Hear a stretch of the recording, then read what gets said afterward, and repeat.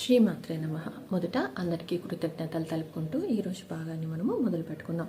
గత భాగంలో మనము ఏక సంవాహిని అనే ముద్ర ద్వారా మనము అంతరాత్మ వరకు చేరిన తర్వాత అక్కడనే స్థితమై ఉంటూ ఆ స్థితిలోనే ఉంటూ అక్కడ ఉండేటువంటి శక్తిని మన శరీరానికి అంటే అంతరాత్మ నుంచి ఆత్మకు, ఆత్మ నుంచి శరీరానికి రావాల్సినటువంటి శక్తిని సంపాదించుకుంటూ ఆ స్థితిలోనే సమస్థితిలోనే ఉండడానికి కావాల్సినటువంటి శక్తిని సంపాదించుకోవడానికి మనము ప్రయత్నం చేస్తూ ఉంటామన్నమాట. సో ఇక్కడ మనం గమనించవలసింది ఒకటి ఉన్నది. మనం ఆల్రెడీ చెప్పుకున్నాం, మనం శరీరం నుంచి ఆత్మ, ఆత్మ నుంచి అంతరాత్మ వరకు వెళ్తాం శరీరం నుంచి ఎదిగే క్రమంలో. ఇటుపక్క శరీరం నుంచి ఆత్మ, ఆత్మ నుంచి అంతరాత్మ వరకు మన ప్రయాణం ఉంటుంది అని చెప్పుకున్నాం కదా. సో ఇక్కడ అంతరాత్మ నుంచి తిరిగి ఆత్మకు, ఆత్మ నుంచి శరీరానికి అనేది శక్తి అనేది ప్రవాహం జరుగుతుంది. కానీ ఇక్కడ మనం గమనించాల్సిన విషయం ఏమి అనేసి అంటే, ఇక్కడ మనకు డైరెక్ట్గా ఆత్మకు కాకుండా ఆత్మ నుంచి అంతరాత్మ వరకు మనము శక్తిని తీసుకునేదానికే ప్రయత్నం చేస్తామన్నమాట. అంటే శక్తి అనేది అంతరాత్మ నుంచి ఆత్మకి, ఆత్మ నుంచి శరీరానికే వస్తుంది. కానీ కూడాను మనకు ఆల్రెడీ ఇక్కడ ఆత్మ గురించినటువంటి అనుభవాలను మనము ఎక్కువగా చవి చూసేసి ఉంటాం, తెలుసుకునేసి ఉంటాం, అనుభవాలను పొంది ఉంటాం అన్నమాట. కాబట్టి అంతే గత భాగంలో మనం చెప్పుకున్నాం, ఎవరి స్థాయి ఎంత, ఎవరి స్థితి ఎంతనో అంతనే అనుభవాలను పొందుతాము. ఎక్కువ స్థితి, ఎక్కువ స్థాయికి చేరుకున్న వాళ్ళు ఎక్కువ అనుభవాలు, ఎక్కువ అనుభూతులు పొందుతారనమాట. దానిలో సంశయమే లేదు. సో ఈ విధంగా మనకు మన శక్తికి తగినట్లు మనము ఇక్కడ వచ్చేటువంటి ఆత్మలోనే మనము అన్నింటినీ కలిపి చెప్తున్నాను, అన్నింటినీ సమస్తాన్ని గురించినటువంటి మన స్థాయికి తగినట్లు, స్థితికి తగినట్లు ఏ అనుభవాలు పొందుతామో ఆ అనుభవాలన్నీ కూడా ఇక్కడ మనము పొందేసి ఉంటామన్నమాట. ఇక్కడికి వచ్చేటప్పటికి మనకు మొదట ఆ అనుభవము, ఆ స్థితిలో ఉంటాయి కాబట్టినే మనము ఎక్కువ ఉన్నతిని ఆత్మలో మనం ఇక్కడ ప్రత్యేకంగా గమనించలేమన్నమాట. కానీ ఆత్మలో గమనించలేము, కానీ శరీరానికి అంతటి శక్తిని తీసుకోవడానికి కానీ పొందడానికి కానీ కావలసినటువంటి స్థితిని మనము పొందాలి అన్న తపనతోనే మనము ఈ ఏక సంవాహిని అనే ముద్ర ద్వారా మనము శక్తిని, శరీరానికి కావలసినటువంటి శక్తిని పెంపొందడానికి కావలసినటువంటి సాధన మనము చేస్తామన్నమాట. సో ఈ విధంగా మనము సాధన చేయడం ద్వారా శక్తిని మనము అంతరాత్మ శక్తి నుంచి ఆత్మకు, ఆత్మ నుంచి మనం పొందేటువంటి అనుభవాలన్నీ కూడాను శరీరముతో పొందడానికి మన ప్రయత్నం అనేది ఉంటుందన్నమాట. ఇలా చెప్పడానికి కారణం ఏమి అనేసంటే, మనము శరీరంలో మొదటిగా శక్తిని తీసుకుంటాం, విశ్వశక్తిని, ప్రాణశక్తిని, జ్ఞానశక్తిని ఇలా కన్వర్ట్ చేసుకుంటూ ఆత్మశక్తిని అంతరాత్మ శక్తిగా కన్వర్ట్ చేసుకునేసి మనం అన్ని అనుభవాలను పొందేసి ఉంటాం అన్నమాట. కాబట్టి ఇక్కడికి వచ్చిన తర్వాత ఒక స్థాయికి, అంటే శిఖరం యొక్క ఉన్నత స్థితికి మనం చేరుకున్న తర్వాత అక్కడి నుంచి మనము పొందవలసినదంటూ ఏమీ ఉండదన్నమాట. అక్కడే ఉండడానికి కావలసినటువంటి శక్తిని మనం సంపాదించుకుంటామని చెప్పాను కదా. ఆ క్రమంలో మనకు ఒక ఆత్మని అనుభూతి చెందాలి అనేసి అంటే, మనం ఆల్రెడీ చెప్పుకున్న 8 సెన్సెస్ ఉన్నా కూడాను 5 సెన్సెస్సే మనకు శరీరంలో చెవుల ద్వారా ముక్కు, కళ్ళు, నోరు, తర్వాత చర్మం, ఈ 5 సెన్సెస్ ద్వారానే శరీరానికి ఉండేటువంటి అనుభూతులను మనము పొందుతామన్నమాట. ఇక్కడికి వచ్చేటప్పటికి ఈ పంచేంద్రియాలే జ్ఞానేంద్రియాలుగా మనకి శరీరంలో తీసుకున్న అనుభవాలు తీసుకున్న తర్వాత ఇక్కడికి మనకు జ్ఞానం అంతా అయిపోయి కేవలం శక్తిగానే మనము దానిని మళ్ళీ తీసుకోవడం అనేది, చూడడం అనేది చేస్తూ ఉంటామన్నమాట. అంటే అంతరాత్మ శక్తిని తీసుకొని మనకు అన్నింటిలో ఉండేటువంటి శరీరంలో ఉండేటువంటి ఆత్మ వరకు వెళ్తాం, ఆత్మలో ఉండేటువంటి అంతరాత్మ వరకు మనము వెళతామని అంతరాత్మ శక్తి గురించి చెప్పుకున్నాం కదా. సో ఈ విధంగా డైరెక్ట్గా మనము ప్రతి ఒక్కరి శరీరంలో ఉండేటువంటి అంతరాత్మ వరకు, అంటే శరీరంలో ఉండేటువంటి అంతరాత్మ వరకు మనకు కనెక్షన్ అనేది ఏర్పరచుకోవడానికి మనకు అవకాశం వస్తుందన్నమాట. సో ఈ కనెక్షన్ అనేది ఏ విధంగా అనేసి అంటే, మనము 2 శరీరాలను తీసుకుందాం. ఇక్కడ ఒక శరీరం అనేది మనకు ఆకారాలుగానే తెలుసు. ఇక్కడ మనం ఏం చేస్తామంటే, బయట ఉండేటువంటి ఆకారము, దాని లోపల ఉండేటువంటి నాడీ మండలము, చక్రాలు, ఆత్మ, అంతరాత్మ వరకు మనం వెళతాం. సో ఈ విధంగా అంతరాత్మ వరకు వెళ్ళామనుకుందాం. ఇక్కడికి ఏమవుతుంది అనేసి అంటే ఈ శరీరము పక్కనే ఉండి ఈ శరీరంలో ఆత్మ ద్వారా అంతరాత్మ వరకు వెళుతుంది. అంతేకాని ఈ ఆత్మకు ఈ అంతరాత్మకు మనకు అనుసంధానం అనేది ఉండదన్నమాట. కేవలం అక్కడి వరకు వెళ్ళే ప్రయాణం మాత్రమే ఉంటుంది. సో ఎప్పుడైతే మనము అంతరాత్మ శక్తి వరకు వెళ్ళి అక్కడికి వెళతామో, అంతరాత్మ వరకు వెళ్ళడానికి కావలసినటువంటి అర్హతను అంతరాత్మ శక్తి ద్వారా మనం పొందబడతామని చెప్పుకున్నాం కదా. ఇక్కడ ఈ ముద్ర ద్వారా ఏమవుతుంది అనేసి అంటే అక్కడి వరకు వెళ్ళడం కాకుండా ఆ అంతరాత్మకి మనకు కూడాను ఒక సంయమనము కలయిక అనేది జరుగుతుంది అని గత భాగంలో చెప్పుకున్నాం కదా. ఆ విధంగా ఇక్కడ కూడా మనకు జరుగుతుందన్నమాట. అంటే ఆత్మ యొక్క అంతరాత్మల యొక్క కలయిక అనేది మనము చూడవచ్చును. కలయిక అని చెప్పకూడదు, తెలుసుకోవడం కానీ కలిసిపోవడం కానీ, ముఖ్యంగా చెప్పాలి అనేసి అంటే రమించడం కానీ తెలుస్తుందన్నమాట. అంటే రెండు ఆత్మల యొక్క మనం ఈ విధంగా మనం చెప్పుకుంటాం కదా. మనం ఒక విజన్ని చూసినప్పుడు మనం ఈ విధంగా మనకు రెండు రేఖలని చూపించి ఉంటారు. అంటే మనకి కుండలినిలో ఉండేటువంటి రేఖలు ఈ విధంగా వెళతాయి అనేసి మనం ఒక భాగంలో మనం చెప్పుకుంటాం. సో ఆ విధంగా మనకైతే అలా వెళ్ళడం అనేది మనం చూసే ఉంటాం. ప్రతి ఒక్కరూ కూడాను అటువంటి పిక్చర్ని కానీ లేకపోతే రెండు ఆత్మలలో ఉండేటువంటి మింగిల్ అయినప్పుడు ఈ విధంగా రేఖలను అనేటివి గమనించి ఉంటాం కదా. అదేవిధంగా మనకు ఇక్కడ ఈ రెండు ఆత్మలు పక్కన ఈ ఒక శరీరంలోని అంతరాత్మ ఈ శరీరంలోని అంతరాత్మ పక్కన ఉంటాయన్నమాట. అంటే మనము మన చుట్టూ ఉండేటువంటి ప్రాణమున్నా లేనటువంటి పదార్థం ఏదన్నా అనుకోండి. సో ఆ విధంగా పక్కన ఉంటాయన్నమాట. ఇక్కడికి వచ్చేటప్పటికి అంతరాత్మ శక్తికి వచ్చేటప్పటికి మనం కేవలం తెలుసుకుంటాం. వారిలో ఉండేటువంటి అంతరాత్మ శక్తిని మనం తెలుసుకుంటాం అన్నమాట. ఎప్పుడైతే మనము ఆత్మ సందాహిని అనేసి చెప్పుకున్నాం కదా, ఆ సందాహినిలో మనము మన శరీరము ఆత్మ అంతరాత్మతో కలిసిపోయి ఉంటుంది. కాబట్టి మనము వేరొకరి ఆత్మతో కూడాను ఆ ఆత్మలో ఉండేటువంటి అంతరాత్మతో కలవడం అనేది ఏ విధంగా అనేది నేర్చుకోబడతామన్నమాట. అంటే లోపలికి మనం ఏ విధంగా అయితే మన అంతరాత్మతో మన శరీరంతో మన ప్రతి అణువణువులో ఉండేటువంటి అంతరాత్మతో మనం కలిసిపోతామో అదేవిధంగా ప్రతి ఒక్కరి అంటే మనం కాకుండా బయట ఉండేటువంటి ప్రతి పదార్థంలోని అంతరాత్మను కూడాను మనం తెలుసుకోవడానికి కలిసిపోవడానికి కావలసినటువంటి శక్తిని మనము పొందబడతామన్నమాట. సో ఈ విధంగా మనకు ఏక సంవాహిని అనే ముద్రలో మనం దానిని పొందబడితే ఏక సందాహిని అనే ముద్రలో మనము రెండింటి యొక్క కలయికని లేకపోతే మర్జింగ్ని రమించడాన్ని కలిసిపోవడాన్ని మనము పొందుతామన్నమాట. సో ఇక్కడ ఒకదానికి ఉండేటువంటి అంతరాత్మ శక్తి వరకు మనం కలిసిపోవడం అనేది వెళ్ళడం అనేది చేస్తే ఏక సందాహినిలో అంటే ఈ ముద్ర అనమాట. ఇంతకుముందు ఏక సంవాహినిలో దీనిని ఓపెన్లో పెడతాము. ఏక సంవాహినిలో ఓపెన్లో ఉన్నటువంటి చేతిని ఏక సందాహినిలో మనం ఈ విధంగా పెడతామన్నమాట. అంటే ఎడమ చేయి ఓపెన్లో ఉంటుంది, కుడి చేతిని మనము క్లోజ్ చేస్తామన్నమాట. ఇది వేరే వాళ్ళకి ఈ విధంగా పెట్టవచ్చునా అనేసి అంటే యాక్చువల్గా ఇటువంటి కాంబినేషన్ రేర్గానే జరుగుతుంది.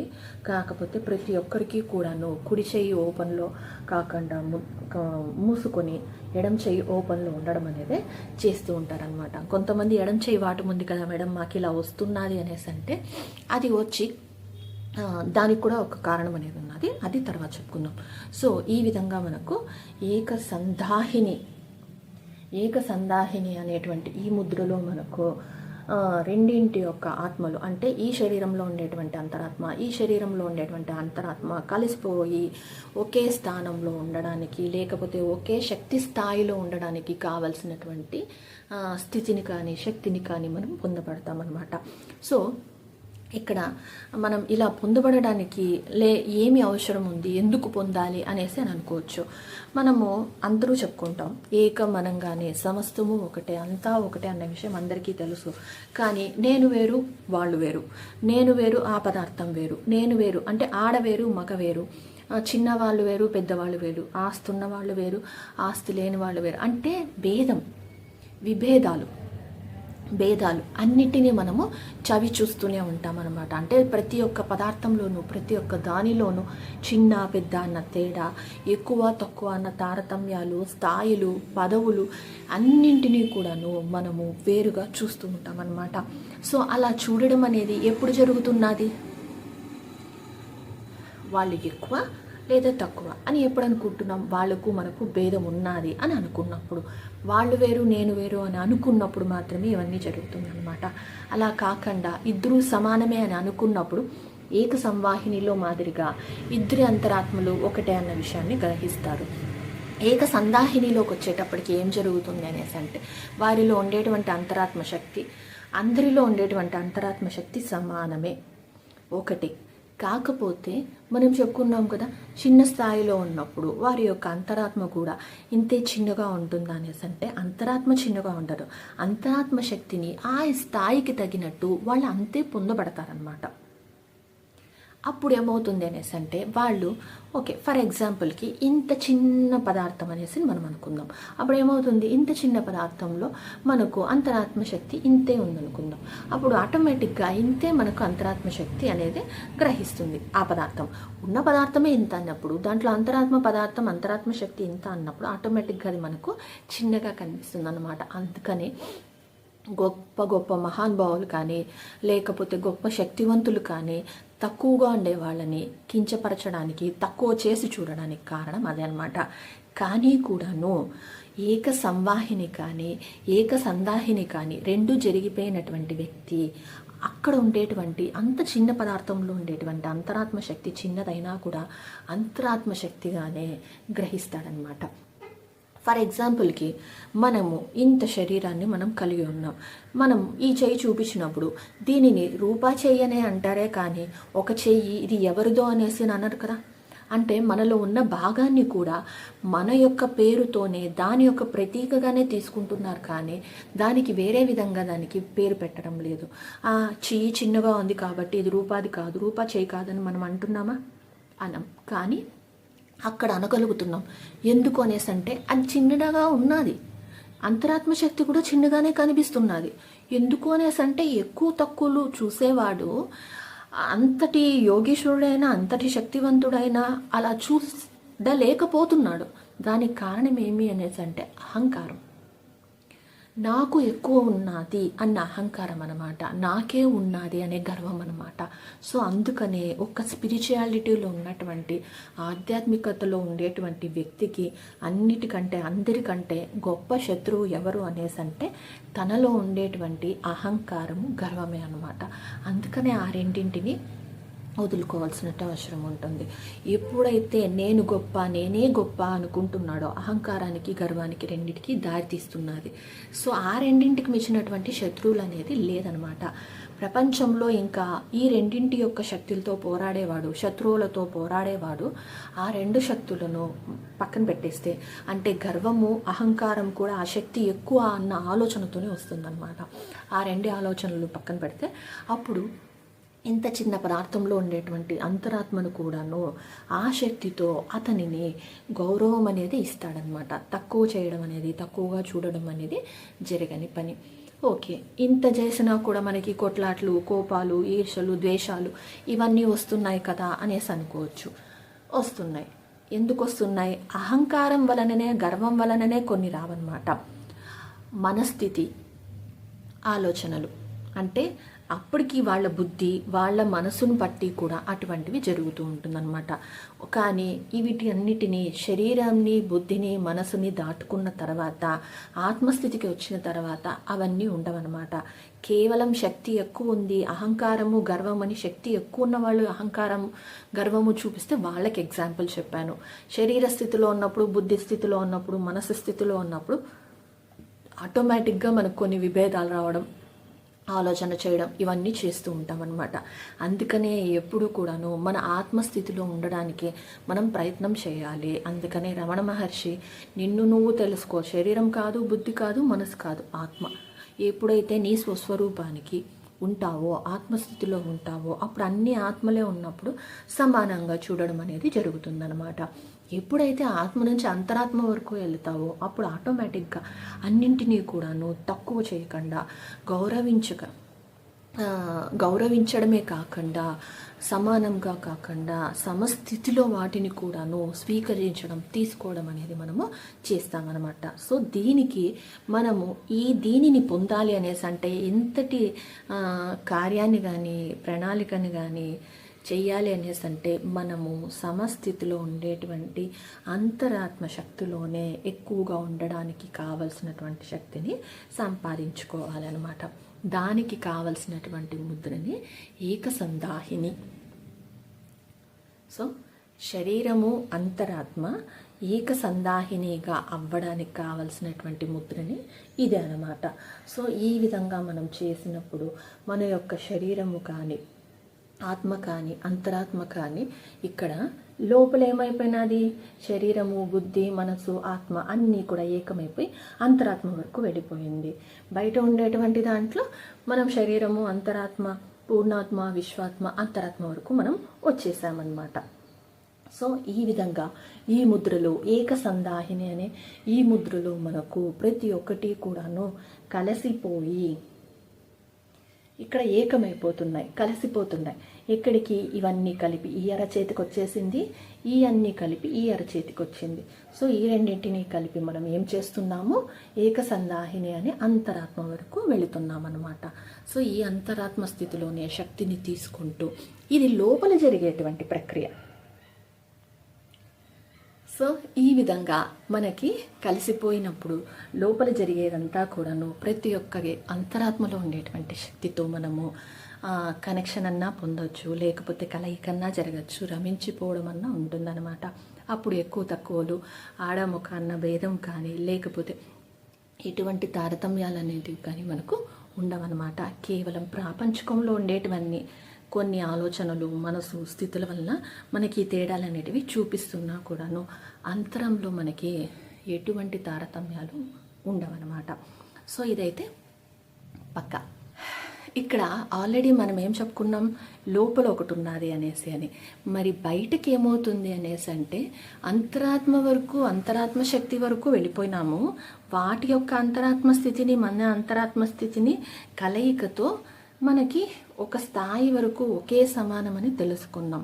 తర్వాత ఏమి జరుగుతుంది అనేసి అంటే ప్రతి ఒక్క దానిని కూడాను ప్రేమగా సమానంగా ఉన్నాయి అని తెలుసుకున్నాం. దాని తర్వాత ప్రేమగా కేవలం ప్రేమని పంచుతూ అది మనం వేరు కాదు.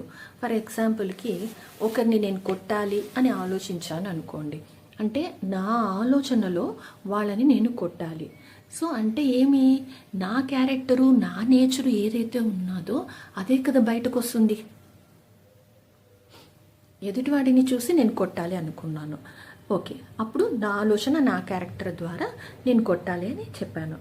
ఎదుటివాడు అలాగే నన్ను కొట్టాలి అని అనుకున్నప్పుడు వాడిలో ప్రతిధ్వనిస్తున్నది ప్రతిబింబిస్తున్నది నేనే కదా.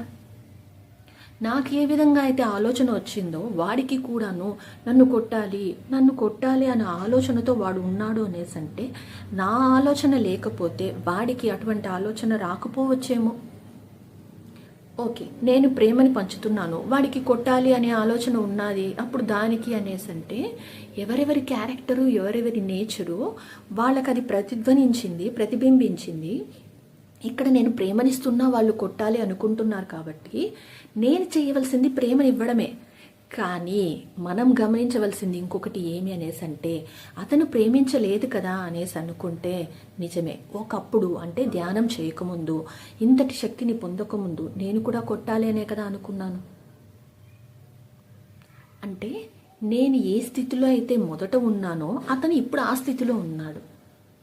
అతను ధ్యానం చేసినో లేకపోతే ఎన్నో జన్మలు ఎత్తినో అతను కూడాను మనము అంతరాత్మ స్థితి వరకు చేరుకోవాలి అనే తపననే అతనికి కూడా ఉంటుందన్నమాట. అక్కడికి వచ్చే వరకు అతడు ఒకప్పటి నన్నే కదా ప్రతిబింబించినది, ఆ ప్రతిధ్వనించినది నా ప్రక్రియలో నేను ఎటువంటి ఆలోచనలు కలిగి ఉన్నానో అది ఇప్పుడు అతను కలిగి ఉన్నాడనమాట. అందులో తేడా లేదు. అలా అనుకున్నప్పుడు అంటే ఒకరిని మన ప్రతిబింబంగా లేకపోతే ప్రతిధ్వనిస్తున్నటువంటి మాటలంతా కూడాను మనలో ఉన్నటువంటివి, ఒకప్పుడు మనలో ఉండేటువంటివే అని అనుకున్నప్పుడు అతనులో ఉండేటువంటి అతను యాక్చువల్గా అతను కాకుండా మనం కనిపిస్తామన్నమాట. అంటే ఒకప్పుడు నేను అలా ఆలోచించాను కదా, ఒకప్పుడు నేను అలా చేశాను కదా, సరే నేను చిన్నప్పటి నుంచి అటువంటి పనులు చేయలేదు, నేను అంతటి దుర్మార్గుని కాదు అని అనుకోవచ్చు. నిజమే. అంటే ఈ జన్మలో కాకపోయినా గత జన్మలలో కూడా మనకు అలాంటి క్యారెక్టర్స్, అలాంటి నేచర్లు మనము పొందబడే ఉంటాం అన్నమాట. దీనిలో ఎటువంటి సందేహం లేదు. మనమందరూ కూడా చెప్పుకున్నాం, మనమంతా కూడాను ఒక సర్కిల్ మాదిరిగా జన్మ తీసుకొని తిరిగి మరణం పొందే వరకు ఆత్మ ఉన్నతి కోసమే జన్మలను తీసుకుంటూ ఉంటాము అనేసి. అంటే ఎవరూ కూడాను యోగాత్ములుగా మహాత్ములుగా ఒకే జన్మకు పుట్టేరు. కనీసం అంటే కొన్ని వందల జన్మలు ఎత్తుకున్న తర్వాత 84 లక్షల కోట్ల జీవరాశులుగా మనం జన్మలు ఎత్తుకుంటాం. ఆ పరిణామ క్రమంలోనే మనము వీటినన్నిటినీ పొందబడతామన్నమాట. దాని గురించి నెక్స్ట్ పుట్టుక మరణం గురించి చెప్పుకున్నప్పుడు క్లుప్తంగా చెప్పుకుందాం. సో ఇప్పుడైతే ఒక వ్యక్తి మనకు మంచి కానీ చెడు కానీ ఎటువంటి వ్యక్తి అయినా కూడాను ఒకప్పటి మన ప్రతిబింబాలే అని అర్థం చేసుకున్నాము అనేసి అంటే అప్పుడు మనకి ఎదుటి మనిషి మీద మనకు రావాల్సినటువంటి ఆలోచన లేకపోతే ఉద్దేశం అంతా కూడా మనకు అది మారుతుందన్నమాట. సో ఇప్పుడు ఇంతకుముందు మనం చెప్పుకున్నాం, ఈ ముద్రలో చాలా మనకి కుడి చేయినే ముందరికి ఉంటుంది, ఎడం చేయి వెనకాల ఓపెన్లో ఉంటుంది అనేసి చెప్పుకున్నాం. కొంతమందికి ఈ విధంగా వస్తే ఎలా అనేసి అని క్వశ్చన్ కానీ సందేహం కానీ రావచ్చు. ఇది చాలా వరకు కూడాను రేర్గానే ఉంటుంది, 99% అయితే రాదు. కాకపోతే ఇలా వచ్చింది అనేసి అంటే ఏమనేసి అంటే వాళ్ళకి ఎడమ చేతిని కానీ లేకపోతే కుడి చేతిని కానీ రెండు కూడా ప్రతిబింబాలే, కాకపోతే ఆ రెండింటి యొక్క కలయిక అనేది అంటే ఎడమ చేతిలో నుంచి కుడి చేతికి వెళ్ళినా కుడి పక్క నుంచి ఎడమ చేతికి వెళ్ళినా కూడాను మనకంతా కూడాను సమస్థితిలోకి రావాల్సినటువంటి ప్రక్రియలో భాగంగానే. అంటే ఆడ మగ లేకపోతే మగవాళ్ళు ఆడవాళ్ళు అని ఏదైనా తీసుకోండి. ఇక్కడ ప్రేమలో మనకి మళ్ళీ 2 రకాల ప్రేమలే ఉంటుందన్నమాట. ఒకటి లోపల నుంచి బయటికి, 2 బయట నుంచి లోపలికి, అంతే ఉంటుంది. కాకపోతే ఈ క్రమంలో మనకు ప్రేమలలో కూడా మనకు రకరకాలుగా అయితే ఉన్నాయి. ఆడవాళ్ళు మగవాళ్ళని ప్రేమించడం, లేకపోతే మగవాళ్ళు మగవాళ్ళని, ఆడవాళ్ళు ఆడవాళ్ళని, ఈ విధంగా ప్రేమలలో కూడా మనకు రకాలు ఉన్నాయి కదా. అన్నీ కూడాను ఫీమేల్ ఎనర్జీ మేల్ ఎనర్జీ. అంటే ఒక రకంగా చెప్పాలి అంటే శక్తిలో పురుష శక్తి స్త్రీ శక్తి అని తీసుకుంటాం కదా, అట్లా ఫీమేల్ ఎనర్జీ మేల్ ఎనర్జీ రెండే ఉంటుంది. అవి ప్రేమలు ఎటువంటివైనా కానివ్వండి. సో మనకైతే మనం తీసుకునేదంతా కూడాను 2 రకాల ప్రేమల్ని తీసుకొని అవి ఏకం చేసుకుంటూ ఏకసంధాహినిగా ఒకటిగా మారడమే మనకు ముఖ్యమన్నమాట. సో ఇటువంటి ప్రేమ అనేది అంటే ఇలాంటి రకాల ప్రేమలన్నీ కూడాను మనం తెలుసుకున్న తర్వాతనే మనము చివరి వరకు కూడాను ప్రేమను పంచడం మాత్రమే, తీసుకోవడం ఇవ్వడం కాదు, తీసుకోము ఇవ్వడం కాదు, మనం కేవలం ఇస్తూ ఉంటాం అంతే అనమాట. అందుకనే అంతరాత్మ వరకు శక్తి మనం చేరుకున్న తర్వాత అక్కడ మనం ప్రేమని పొందబడతాం, ఉన్నదంతా ప్రేమగా తయారైపోతుంది అని చెప్పడానికి కారణం ఇదే అనమాట. అంతటా ఉన్నది నేనే, అందరిలో ఉన్నది నేనే అన్నది వచ్చిన తర్వాత కేవలం ప్రేమని మాత్రమే ఇస్తూ ఉంటాం అన్నమాట. అక్కడ కోపానికి, ఈర్ష్యకి, జలసీలకు, మిగతా ఏ ఇతర భావాలకి కూడా చోటు లేకుండా కేవలం ప్రేమ పంచడం మాత్రమే ఉంటుందన్నమాట. ప్రేమ ఇవ్వడం తీసుకోవడం అనేది అది మళ్ళీ మనసు స్థితి వరకే ఉంటుంది. మనం అంతరాత్మ వరకు వెళ్ళాలి కాబట్టి ప్రేమ ఇవ్వడం వరకే, కేవలం ఇస్తూ పంచుతూ పోతామన్నమాట మనకి. కాబట్టి అంతటి వరకు మనం ఎదుగుతూ ఉంటాం. సో ఆ క్రమంలో మనకు ఈ ఫీమేల్ ఎనర్జీ మేల్ ఎనర్జీ 2 ఏకమయ్యే వరకు, రెండింటి యొక్క కలయిక ఒకటయ్యే వరకు కానీ, లేకపోతే ఆ రెండింటి శక్తుల యొక్క కలయిక ఒకటిగా అయ్యే వరకు మాత్రమే, ఒక్కొక్క సందర్భంలో అది తెలుసుకోవాల్సిన సందర్భంలో మాత్రమే ఇలా రావచ్చు. అంతేకాని అసలుగా అయితే ముద్ర ఇదే అనమాట. సో కుడి చేతిని మనం మూసి పెట్టుకుంటాము, ఎడం చేతిని మనము ఓపెన్ చేస్తామన్నమాట. ఇలా ఫీమేల్ ఎనర్జీ మేల్ ఎనర్జీ, ప్రకృతి శక్తి పురుష శక్తి, ఆ శక్తులు తెలుసుకునే క్రమంలో మనకి ముద్రలు మారవచ్చును, అంతే అనమాట. సో అటువంటి ప్రేమలు అయితే తప్పు కాదు. ప్రేమ అనేది ప్రేమ, అది జంతువులతో కానీ మనుషులతో కానీ స్వలింగాలతో కానీ లేకపోతే వేరే జెండర్తో కానీ ఏదైనా కూడాను ప్రేమ అనేది శరీరం, బుద్ధి, మనసు, ఆత్మ, అంతరాత్మ వరకే ఉంటుంది. శరీర స్థితిలో ప్రేమ, బుద్ధి, మనసు స్థితికి వచ్చేటప్పటికీనే ప్రేమ కూడాను ప్రేమ ఇక్కడి వరకు ఉండి ఆత్మ వరకు వచ్చేటప్పటికి అది శక్తిగా మారిపోతుంది. మనం ఆల్రెడీ చెప్పుకున్నాం, ప్రేమ అనేది ఇక్కడి వరకు మాత్రమే ఉంటుంది. ఇక్కడికి వచ్చే కొందరికి శక్తి ఎక్కువ పెరిగే కొద్దీ ప్రేమను మళ్ళీ ఇస్తూ పోతాము, పంచుతూ పోతాము అన్నమాట. ఆత్మస్థితికి ఇస్తూ పోతాము, అంతరాత్మ స్థితికి వచ్చేటప్పటికి పంచుతూ పోతాం అన్నమాట. ఇవ్వడానికి పంచడానికి తేడా ఆల్రెడీ మనం చెప్పుకున్నాం. ఇచ్చినప్పుడు మన దగ్గర ఎంత ఉందో అంతే ఇస్తాం, పంచేటప్పుడు మన దగ్గర ఉన్నదంతా ఇస్తాము అని మనం ఆల్రెడీ దుర్యోధనుడు, కర్ణుడి కథ చెప్పుకున్నాం. ప్రేమ గురించి వచ్చినప్పుడు ఈ టాపిక్స్ అంతా చెప్పుకునేసాం అనమాట. సో ఆ విధంగా ప్రేమ గురించి వచ్చినప్పుడు ఫీమేల్ ఎనర్జీ, మేల్ ఎనర్జీ ఇక్కడ రెండే, జెండర్తో కానీ మనుషులతో కానీ లేకపోతే మనకు ఆల్రెడీ 4 జాతులు ఉన్నాయి: శిలాజాతి, వృక్షజాతి, జంతుజాతి, మనిషి జాతి. సో ఈ 4ంటిలో ఏ జాతికి ఏ జాతి జరిగినా కూడాను, అంటే ప్రేమ కలిగినా కూడాను మనకు సంబంధం లేదు. అక్కడున్న శక్తులంతా రెండే, పురుష శక్తి, స్త్రీ శక్తి, ఫీమేల్ ఎనర్జీ, మేల్ ఎనర్జీ అనమాట. ఆ క్రమంలో మనకి ఇలా ముద్ర మారే అవకాశం ఉన్నది. ఇప్పటి వరకు ఇటువంటి సందేహం, సమస్య ఎవరికి వచ్చిండకపోవచ్చు, కానీ ఇటువంటి ఆలోచన వస్తే కూడాను అన్న ఆలోచనతో నేను ఇక్కడ వివరణ ఇవ్వడానికి కారణం అనమాట. సో ఈ విధంగా ఎడమ చేతిని మూసిపెట్టి కుడి చేతిని ఓపెన్లో పెట్టడం అనేది ఆ ఫీమేల్ ఎనర్జీ, మేల్ ఎనర్జీని తెలుసుకోలేని క్రమంలో, తెలుసుకున్న వాళ్ళకి అదే అవసరం లేదు, తెలుసుకోలేని క్రమంలో తెలుసుకోవాల్సి వచ్చినప్పుడు వాళ్ళకి అది ఉపయోగపడుతుంది కూడా, కావాలి అనేసి అంటే. అందుకని ప్రేమ విషయంలో, ప్రేమ నుంచి శక్తికి రావాల్సినటువంటి క్రమంలో అది మనకు జరిగేటువంటి ప్రక్రియ అని కూడా చెప్పవచ్చును. సో ప్రేమ గురించి మొత్తం అర్థమైన వాళ్ళకి ఈ ముద్ర అవసరం లేదనేసి చెప్పవచ్చు అనమాట. ఎటువంటి ప్రేమ కూడా తప్పు కాదు అని అనుకునే వాళ్ళకి, కంప్లీట్గా సంపూర్ణంగా ప్రేమ గురించి తెలుసుకున్నటువంటి వాళ్ళకి ఇటువంటిది ప్రశ్నలు కానీ సంశయం కానీ రాదనమాట. అలా లేదు అనేసి అంటే వచ్చినా కూడాను ఇదే వివరణ. సో కాబట్టి మేల్ ఎనర్జీని, ఫీమేల్ ఎనర్జీని ఒక్క ఏక సందాహినిలో కలపగలిగితే మనకి ఈ ముద్ర చాలా ఉపయోగపడుతుంది. మనం అంతరాత్మ నుంచి ఆత్మకి, ఆత్మ నుంచి శరీరానికి, తర్వాత శరీరం నుంచి ఆత్మకి, ఆత్మ నుంచి అంతరాత్మకి జరిగేటువంటి ప్రక్రియ అని ఆల్రెడీ మనము చెప్పుకున్నాం కాబట్టి.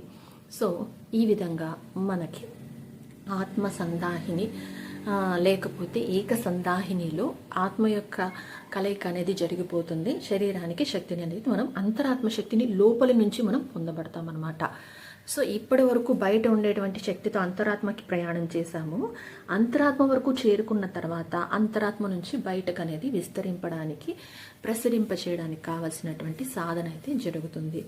గమ్యస్థానం అనేది మూలానికి చేరేసిన తర్వాత అక్కడ ఉండడానికి కావలసినటువంటి వాతావరణానికి మనం శరీరాన్ని సిద్ధం చేసుకునే ప్రక్రియని సులభంగా చెప్పుకున్నాం. సో ప్రేమల గురించి డౌట్లు అయితే పెట్టుకోవద్దండి.